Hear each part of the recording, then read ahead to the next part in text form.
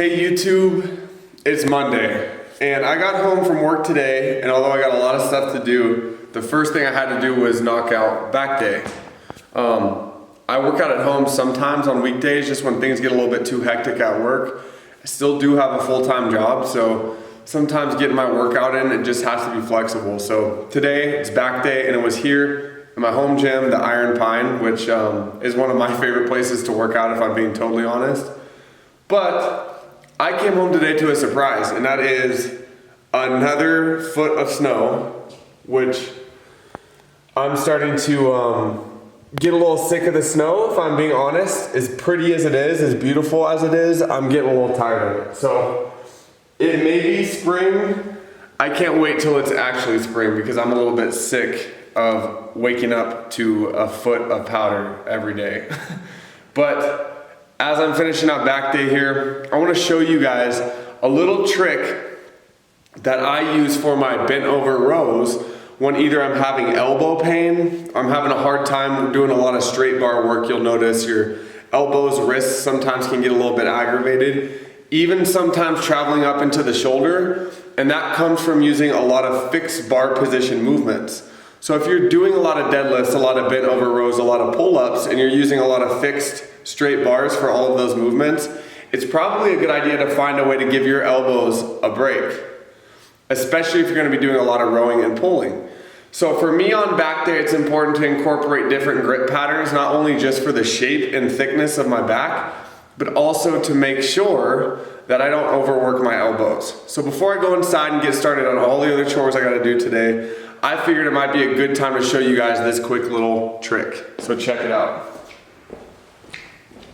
Now what I'll do is I'll set up a bar just like anybody does for a landmine. And if you want to come in here close, I'll show you what I like to do with my hands when I do a landmine row.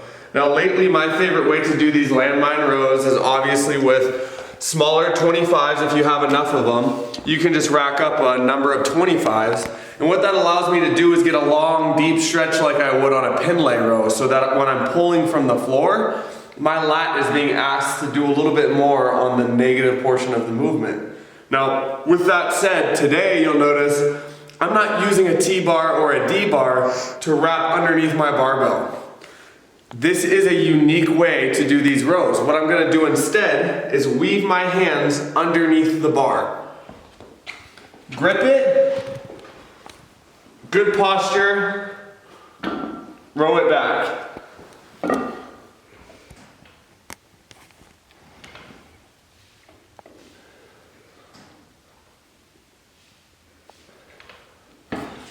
Now you will be incredibly impressed by how much more you actually feel that squeeze and that contraction at the top of the row by having to actually pull and hold that grip with your hands themselves, instead of holding something like a D-bar.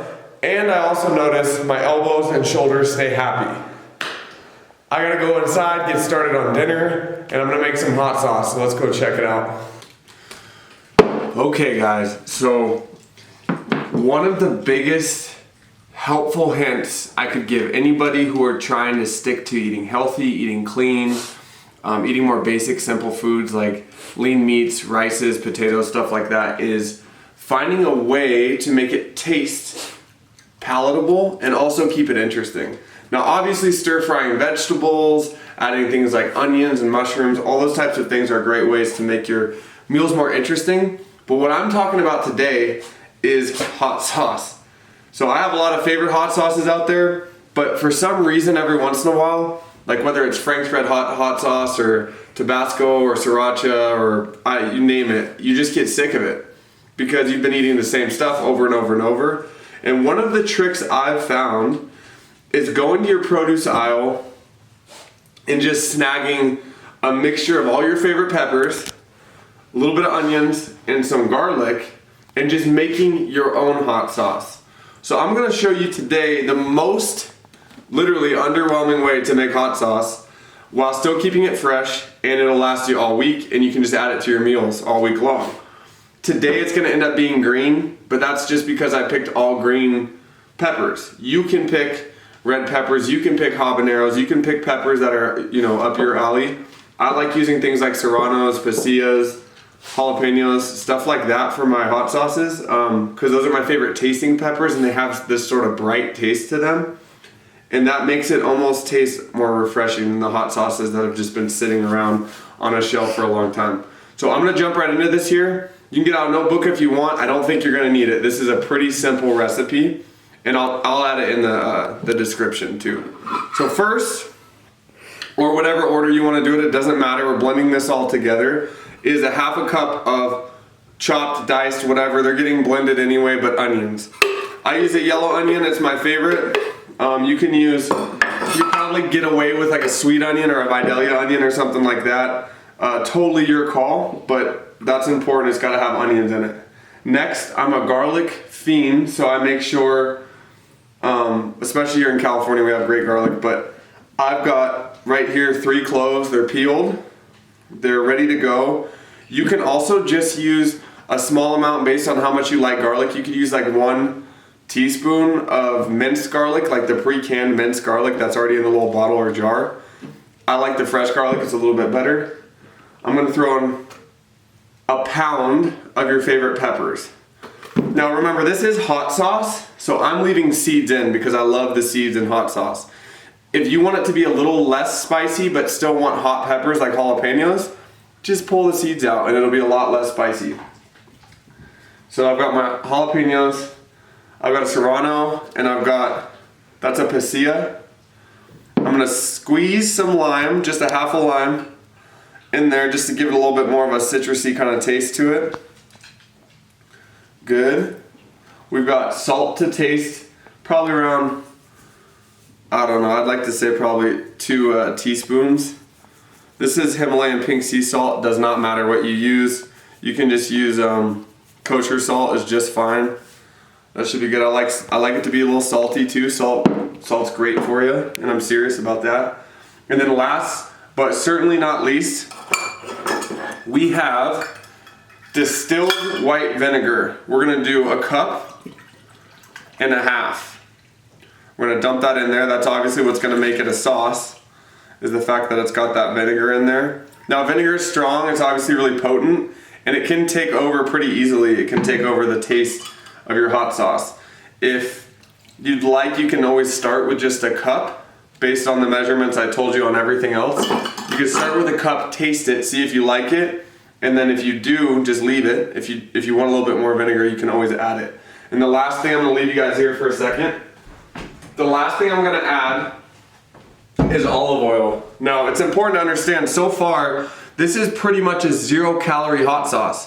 So by adding olive oil, you have to keep in mind that you're going to be adding some calories, significant amount of calories if you're putting oil, right? So I'm adding the most minute amount just to kind of use it as sort of a basic, like kind of texture changer. It also adds a little bit of almost like an earthiness to it that makes it not quite as sour. So that's helpful.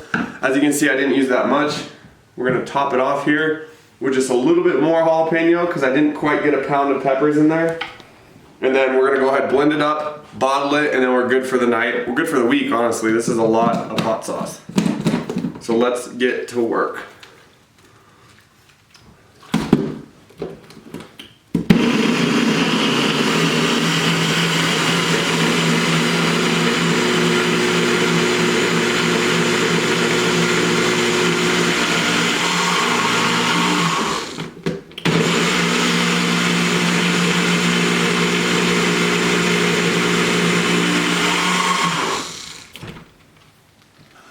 Alright, so I threw it in an old barbecue sauce bottle.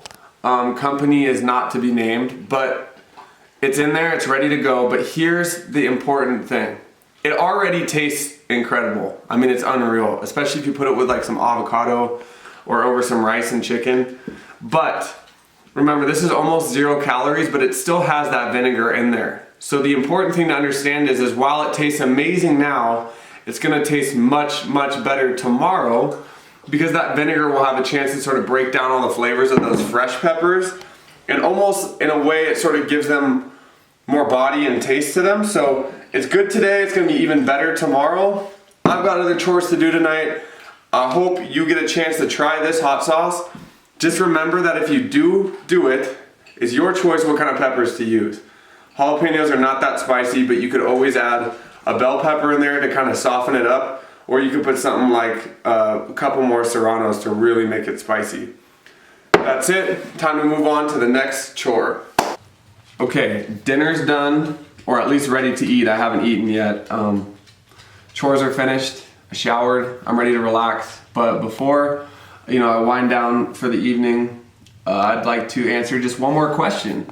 And I've been doing a lot of Q&As lately, so I don't want to take it that far in that direction. So I figured I would just answer one very complicated question that I get asked often, and we'll keep that as the major focus of the final part of the video today. So I get asked a lot, what was the determining factor as to why I never jumped into the world of steroids? And I think a lot of people want some moral high ground sort of argument, and that's not it at all. In fact, I know a lot about steroids. I went to school to get a master's in physiology and human performance.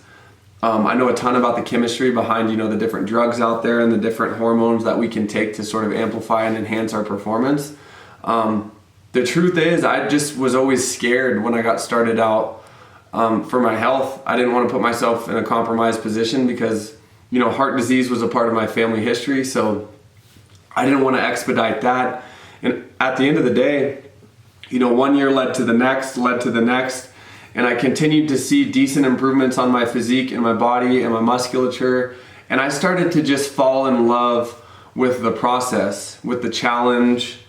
And with that came a deeper understanding and love for the way that my body looked. And it started to help me with sort of my body image. So although maybe I didn't look like the stereotypical bodybuilder, or I wasn't as big or vascular or, as lean as a lot of the people who would compete on stage who maybe do take steroids or definitely do take steroids. I don't have a problem with people who decide to go that direction. In fact, there's a lot of sports where it probably should be legal and should be allowed. It was a personal choice. And I also felt that after a while I owed it to the young men or women, but definitely the young men who were looking up to try to get in the shape or the look that I was in. I wanted to sort of represent a small part of our population in the fitness industry of people who legit maybe just don't want to go out on a limb, they don't want to risk it. And while there are safer ways to go that direction, I just never had the desire and the urge to do it. And it didn't tilt the scales enough for me to decide, it is worth the risk. And it never felt like it. So I just never went that direction. And now, 29 years old, I've never dabbled, and I know a lot about it. And I actually have no problem with people who decide to go that direction, but I'm happy with the way I look. I'm happy with what my body can do. And I'm happy with the results I'm continuing to get. So I just don't think I'm ever going to go that direction. But you can bet if I ever did, the first thing I would do is I would be very upfront and honest with all the people out there who are looking to achieve whatever I've achieved, so that they know realistically what they can expect for their body.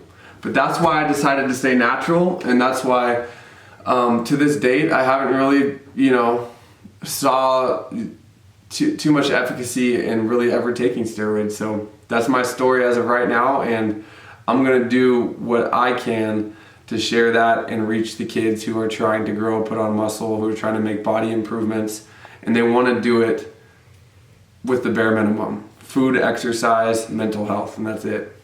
You guys enjoy your night. I'll talk to you soon. I'm gonna get to eating and relaxing, all right? Cool.